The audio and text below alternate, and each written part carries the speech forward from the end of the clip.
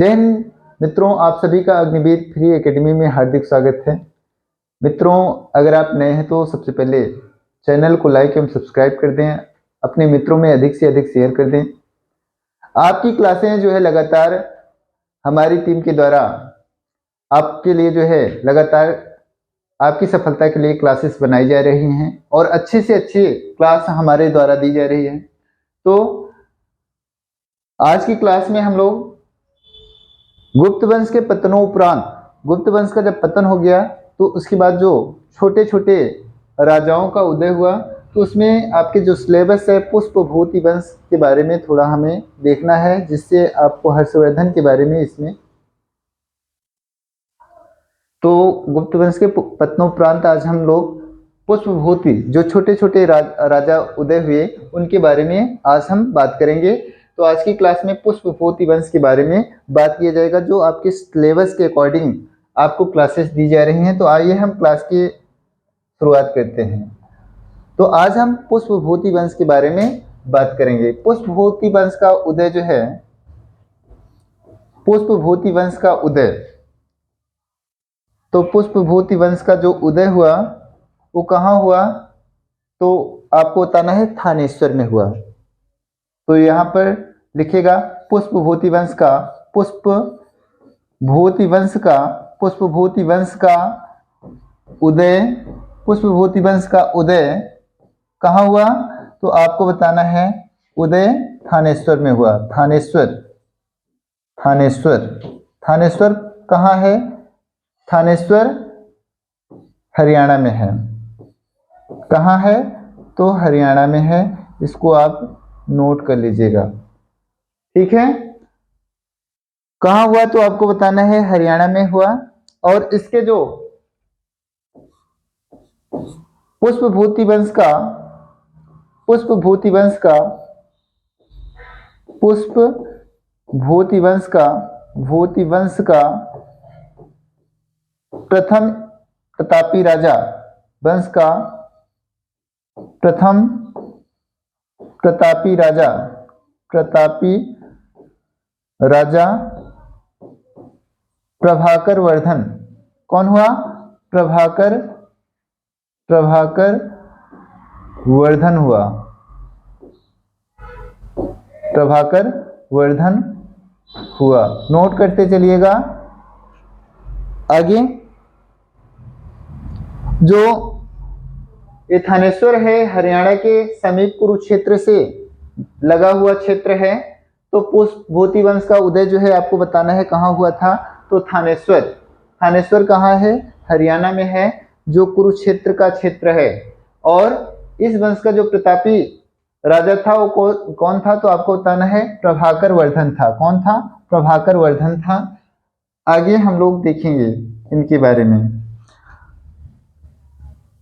आगे प्रभाकर वर्धन की पत्नी का नाम क्या था, यशोमती था। प्रभाकर वर्धन की पत्नी का नाम, प्रभाकर वर्धन की पत्नी का नाम, वर्धन की पत्नी का नाम, पत्नी का नाम यशोमती था। यशोमती था, यशोमती था। आगे प्रभाकर वर्धन के दो पुत्र थे।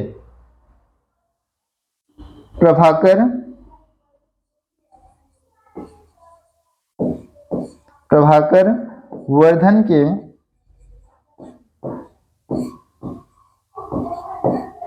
दो क्या थे, तो इनके दो पुत्र थे, राजवर्धन और हर्षवर्धन। दो पुत्र थे, उनका नाम क्या था, पुत्रों के नाम, तो राज्यवर्धन, राज्यवर्धन, और दूसरे पुत्र का नाम क्या था, तो हर्षवर्धन, हर्षवर्धन। तो इन दोनों के बारे में थोड़ा जानेंगे कि हर्षवर्धन और राज्यवर्धन के बारे में। आगे हर्षवर्धन और एक इनकी बहन का नाम भी आता है, जिसका नाम क्या था, बहन का नाम, तो बहन का नाम राजश्री था, राजश्री, राजश्री। इसको भी आपको नोट कर लेना है कि प्रभाकर वर्धन के 2 पुत्र थे और 1 पुत्री थी। तो पुत्री का नाम क्या था? राजश्री था। आगे राजश्री का जो विवाह हुआ था, राजश्री का विवाह, राजश्री का विवाह, राजश्री का विवाह कन्नौज के शासक, कन्नौज के शासक ग्रह वर्मा से हुआ था, ग्रह वर्मा से हुआ था। कुछ ही समय बाद जो है क्या हुआ था, ग्रह वर्मा की जो है मृत्यु हो गई। तो आगे हम देखेंगे इनके बारे में क्या होता है।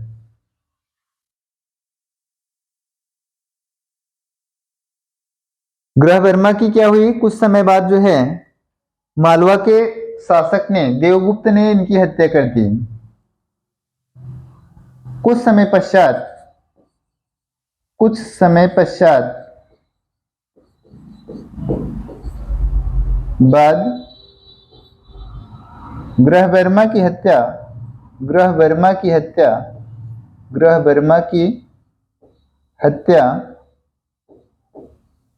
मालवा के शासक,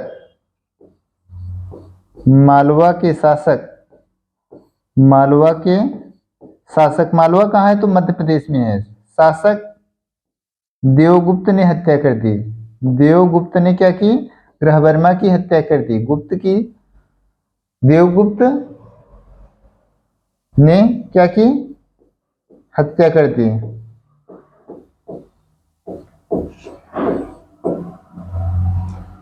ठीक है, यहां तक आपको समझ में आ गया होगा। मतलब कि जो राज्यवर्धन और हर्षवर्धन के बहनोई थे, बहन के पति थे, उनका नाम था ग्रह वर्मा और इनकी हत्या जो है मालवा के शासक देवगुप्त ने कर दी थी। ठीक है, आ रहा है समझ में? आगे हम देखेंगे। तो इनकी बहन का नाम आपको पता ही है, क्या है? तो इनकी बहन का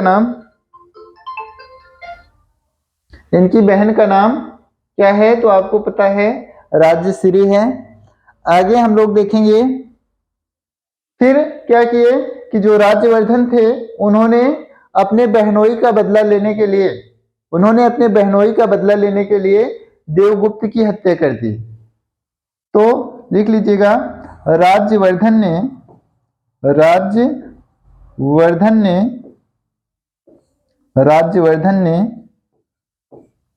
मालवा के शासक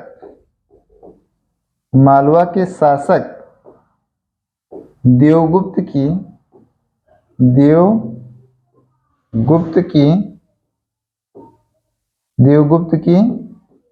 हत्या कर दी। मतलब अपने रास्ते से अपने शत्रु को हटा दिए।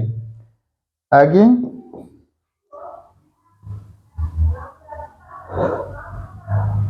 किंतु क्या हुआ कि जो देवगुप्त थे, इनके एक मित्र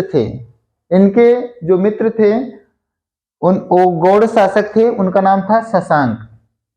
तो लिखिएगा, देवगुप्त के मित्र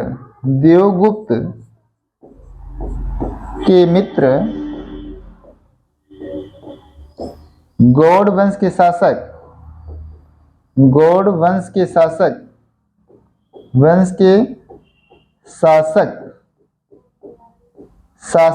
कौन थे? तो शशांक ने क्या किया? तो शशांक ने किसकी हत्या कर दी? तो आपको बताना है, राज्यवर्धन की हत्या कर दी। राज्यवर्धन की हत्या कर दी। हत्या कर दी। जो कन्नौज है यहाँ पर त्रिपक्षीय संघर्ष, इस राज्य के लिए जो है इतिहास में बहुत ज्यादा संघर्ष हुए हैं, इसको भी आपको ध्यान में रखना है। त्रिपक्षीय संघर्ष कहाँ से संबंधित है? तो कन्नौज। कन्नौज जो है वर्तमान समय में इत्र नगरी के नाम से जाना जाता है, महोदय श्री के नाम से जाना जाता है, और कन्नौज जो है गंगा नदी के किनारे बसा हुआ है। इसके बाद जो है हर्षवर्धन शासक बनते हैं। दूसरे भाई जो है प्रभाकर वर्धन के दूसरे बेटे हर्षवर्धन राजा बनते हैं। राज्यवर्धन की मृत्यु के उपरांत राज्यवर्धन की मृत्यु के बाद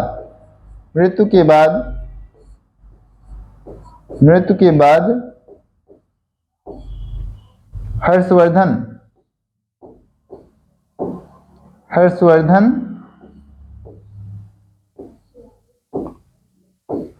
राजा बने। इसको नोट कर लीजिएगा, ठीक है। तो हर्षवर्धन के शासनकाल में ही कौन आया था? फेनसांग आया था। तो नोट कर लीजिएगा, मोस्ट इंपॉर्टेंट है। हर्षवर्धन के शासनकाल में हर्षवर्धन के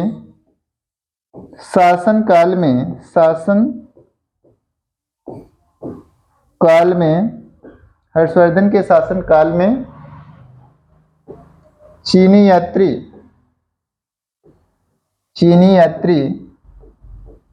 यात्री कौन? तो हेनसांग आया था।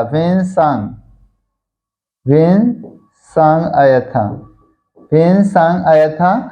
और वेनसांग की जो पुस्तक का नाम है वो है सी यूकी।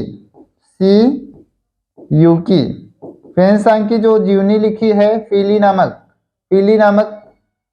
व्यक्ति ने लिखी है। तो ये भी कभी कभी एग्जाम में पूछ लेता है। सी यूकी वेनसांग की पुस्तक है। इसे वेनसांग को यात्रियों का राजकुमार, नीति का पंडित, कई सारी चीजें कहा जाता है। इसको आप याद कर लीजिएगा। तो क्या क्या वेनसांग को कहा जाता है? वेनसांग को यात्रियों का राजकुमार कहा जाता है। तीर्थयात्रियों का राजकुमार किसको कहा जाता है? तो तीर्थयात्रियों का राजकुमार किसको कहा जाता है? आपको बताना है।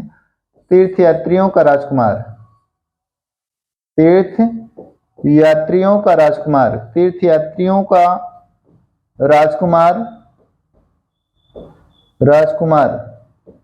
और क्या कहा जाता है? नीति का पंडित किस यात्री को कहा जाता है? पंडित। तो आपको बताना है वेनसांग को कहा जाता है। वेनसांग। हर्षवर्धन के शासनकाल में कौन रहते थे? तो एक कवि रहते थे बाणभट्ट। तो लिखिएगा, हर्षवर्धन के शासनकाल में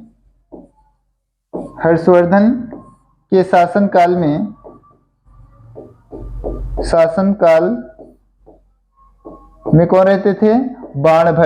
बाणभट्ट की पुस्तक का नाम है क्या? कादम्बरी है। बाणभट्ट रहते थे और जिनकी पुस्तक का नाम क्या है? कादम्बरी है। नोट करते चलिएगा। आगे, हर्षवर्धन के शासनकाल में नर्मदा नदी के तट पर जो है पुलकेशिन द्वितीय और हर्ष के बीच जो है युद्ध हुआ था। तो नोट कर लीजिएगा, नर्मदा नदी के तट पर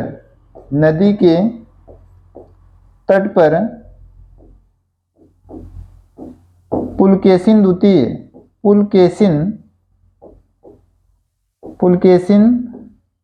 द्वितीय और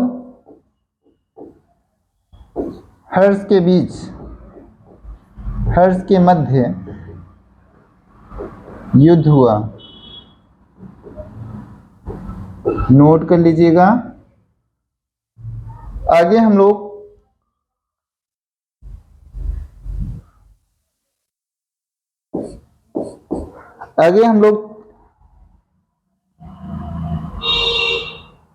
और बाणभट्ट की पुस्तक एक और है हर्षचरित। इसको भी आप नोट कर लीजिएगा। हर्षचरित हर्षचरित, दोनों पुस्तक इंपॉर्टेंट हैं, इन दोनों को नोट कर लीजिएगा। दोनों पुस्तक इंपॉर्टेंट हैं, कादम्बरी और हर्षचरित। किसने लिखा था? तो बाणभट्ट। और किसके दरबार में रहते थे? तो हर्षवर्धन के दरबार में ही, हर्षवर्धन के दरबारी कवि थे। आगे हम लोग देखेंगे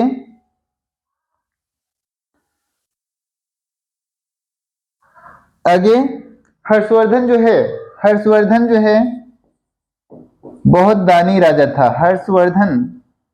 हर्षवर्धन प्रयाग में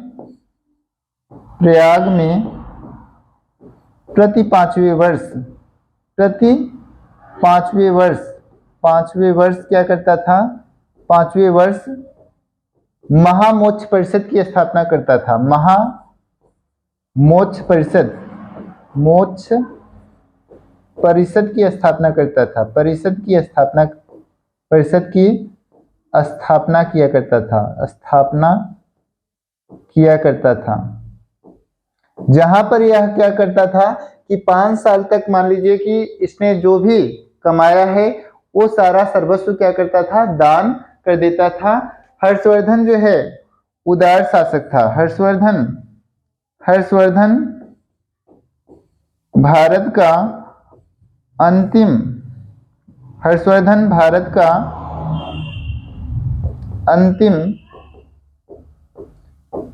हिंदू शासक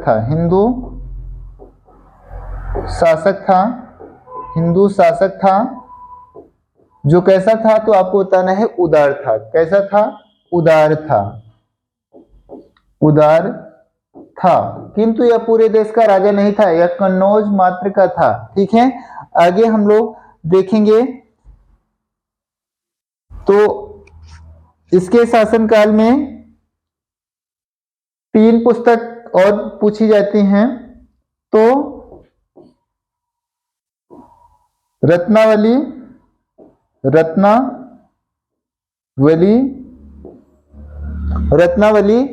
आपसे पूछा जाता है। नागानंद है और प्रियदर्शिका। नागानंद और प्रियदर्शिका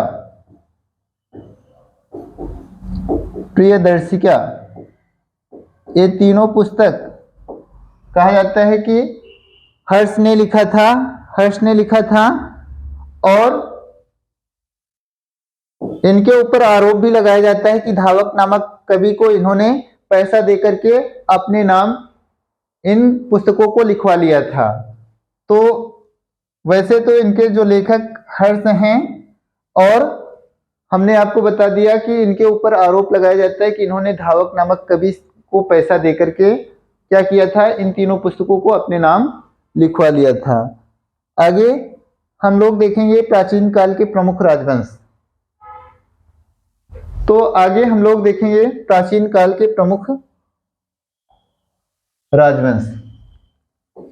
प्राचीन काल के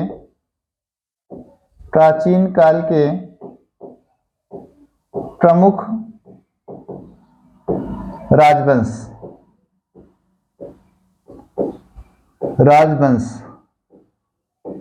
प्राचीन काल के प्रमुख राजवंश। तो इसमें आपसे क्या क्या पूछा जा सकता है कि राजवंश और उसके संस्थापक और राजधानी। तो इसमें आपको 3 कॉलम बना लेने हैं। पहला कॉलम होगा राजवंश,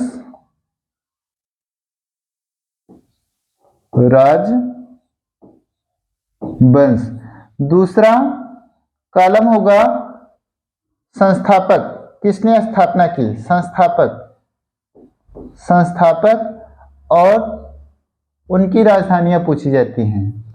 ये 3 क्वेश्चन बहुत इंपॉर्टेंट हैं। राजधानी, तो इसको आप कॉलम वाइज बना लीजिए और इस तरह से आप क्या करिए, एक कॉलम बना लीजिए। तो सबसे पहले हम हर्यक वंश की स्थापना देखेंगे। हर्यक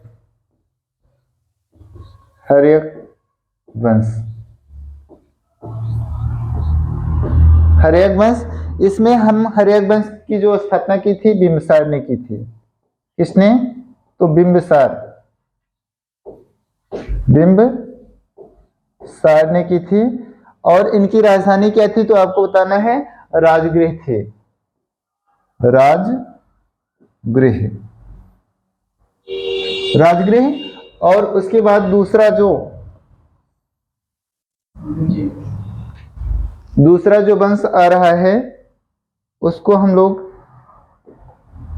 दूसरा जो आपका वंश होगा वो शिशुनाग वंश है। क्या है? शिशुनाग वंश, शिशुनाग वंश,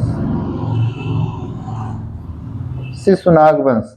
शिशुनाग वंश का जो संस्थापक था कौन था? शिशुनाग था। कौन था? तो आपको बताना है शिशुनाग था।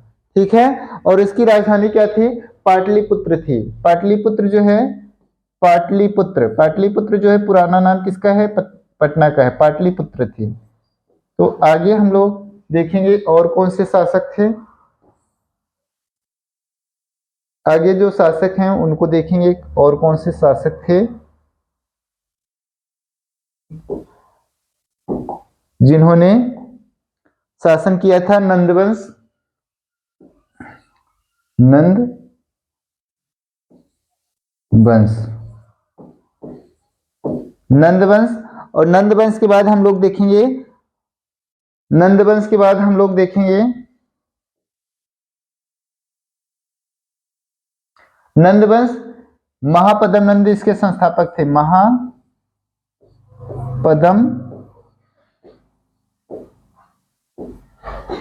नंद। राजधानी क्या थी? तो आपको बताना है पाटलिपुत्र थी। पाटलिपुत्र। आगे इनके बाद हम लोग पढ़ेंगे मौर्य वंश। मौर्य वंश, मौर्य वंश की स्थापना और मौर्य वंश के बारे में हम, इनकी भी राजधानी क्या थी? तो राजधानी आपको पाटलिपुत्र ही करना है। क्या है? राजधानी इनकी पाटलिपुत्र ही करना है। पाटलिपुत्र, पाटलिपुत्र इनकी राजधानी है। और चंद्रगुप्त मौर्य इसके संस्थापक हैं। चंद्रगुप्त मौर्य, नोट करते चलिएगा।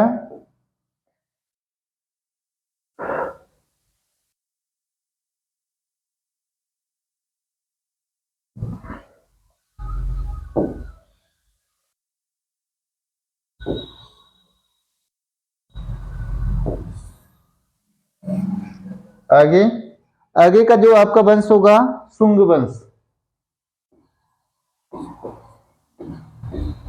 शुंग वंश से इंग्लिश में शुंग डेंसिटी कहते हैं। संस्थापक पुष्यमित्र शुंग था। पुष्यमित्र शुंग। ठीक है, पुष्यमित्र शुंग था। अगला जो हमारा वंश होगा वो कर्ण वंश होगा। कर्ण वंश,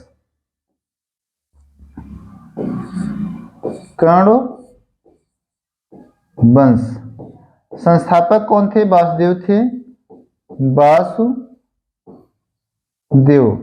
राजधानियां इन सबकी पाटलिपुत्र ही हुआ करती थी, तो इनको आप पाटलिपुत्र ही लिख लीजिएगा। पाटलिपुत्र,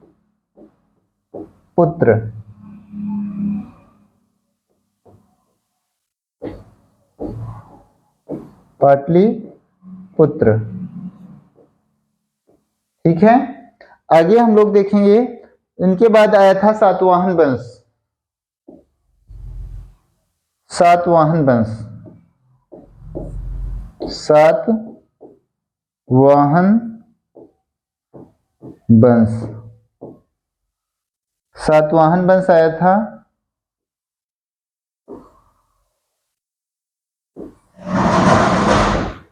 सातवाहन वंश, सातवाहन वंश के जो संस्थापक थे वो सिमुक थे। कौन थे? तो आपको बताना है सिमुक थे। सिमुक थे और इनकी राजधानी क्या थी? तो आपको बताना है प्रतिष्ठानपुर थी। प्रतिष्ठानपुर, प्रतिष्ठानपुर, प्रतिष्ठानपुर। सातवाहन वंश के शासक जो है भारत में शीशे के सिक्के जारी किए थे, इसके लिए इनको जाना जाता है। शीशे के सिक्के जारी किए थे। और उसके बाद हम लोग चलें कुषाण वंश। आगे हम कुषाण वंश के बारे में बात करेंगे। तो कुषाण वंश को आप याद कर लीजिएगा, कुषाण वंश। कुषाण वंश, इसके संस्थापक कौन थे? तो कुजुल कड़फिसेस थे। कुजुल कड़फिसेस, कुजुल कड़फिसेस, कुजुल कड़फिसेस, इसके कड़फिसेस संस्थापक थे। फिसेस, कुजुल कड़फिसेस इसके संस्थापक थे। और इसकी जो राजधानी थी पुरुषपुर थी। क्या थी? पुरुषपुर। पुरुषपुर, पुरुषपुर क्या है? तो पुरुषपुर जो है आपको पता होना चाहिए कि पेशावर का पुराना नाम है पुरुषपुर। ब्रैकेट में आप लिख लीजिएगा पेशावर, जो आधुनिक पाकिस्तान में है, पेशावर। ठीक है, पुरुषपुर किसका? तो आपको बताना है पेशावर का क्या है, पुराना नाम है। आगे हम लोग देखेंगे गुप्त वंश। गुप्त वंश, गुप्त वंश संस्थापक श्रीगुप्त। श्रीगुप्त, श्रीगुप्त नोट करते चलिएगा, बार बार इनको रिवाइज करिएगा। और राजधानी इनकी पाटलिपुत्र थी। पाटलिपुत्र।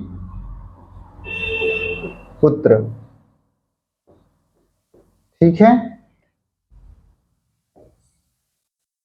आगे गुप्त वंश के बाद हम लोग पढ़ेंगे राष्ट्रकूट वंश। एक थोड़ा पल्लव वंश भी देख लेते हैं। पल्लव वंश, पल्लव वंश संस्थापक इसके दंती दुर्ग थे। दंती दुर्ग, दंती दुर्ग थे। और पल्लव वंश की जो राजधानी थी वो कांचीपुरम थी। कहाँ थी? कांचीपुरम, कांचीपुरम नोट कर लीजिएगा, कांचीपुरम इसकी राजधानी हुआ करती थी। आगे पल्लव वंश के बाद हम लोग पढ़ेंगे पल्लव वंश के बाद, पल्लव वंश यहां पर आपको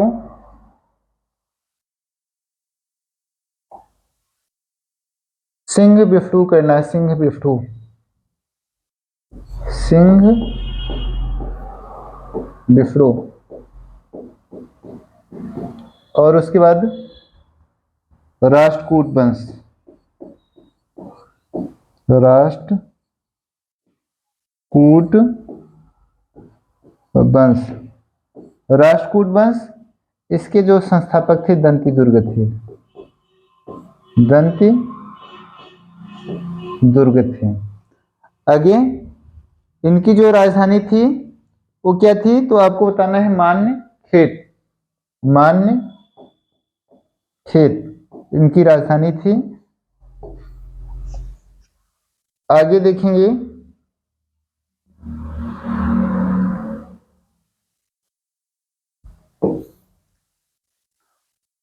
इसके बाद हम लोग देखेंगे पाल वंश।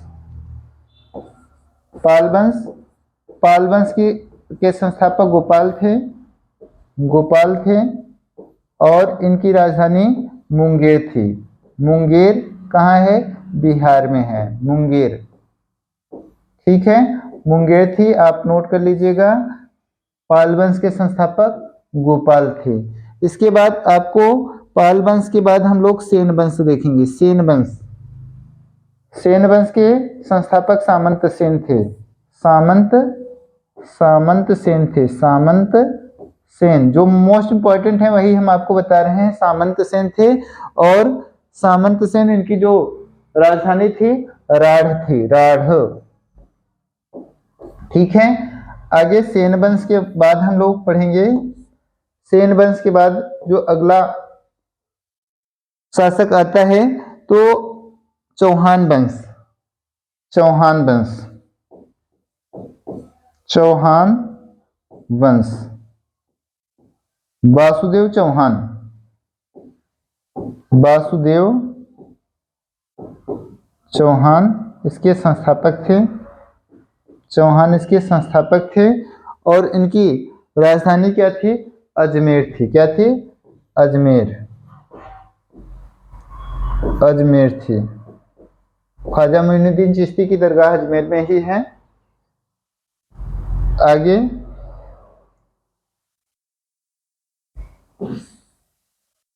अजमेर, इनके बाद हम लोग देखेंगे चंदेल वंश। चंदेल वंश की, चंदेल वंश, इसके जो संस्थापक थे वो नन्नुक थे। नन्नुक, और राजधानी कहाँ थी? खजुराहो थी।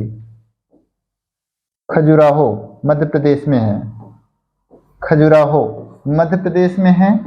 इन सबको आप नोट करके बार बार इनको रिवाइज करते रहिएगा। इसके बाद हम लोग सोलंकी वंश देखेंगे।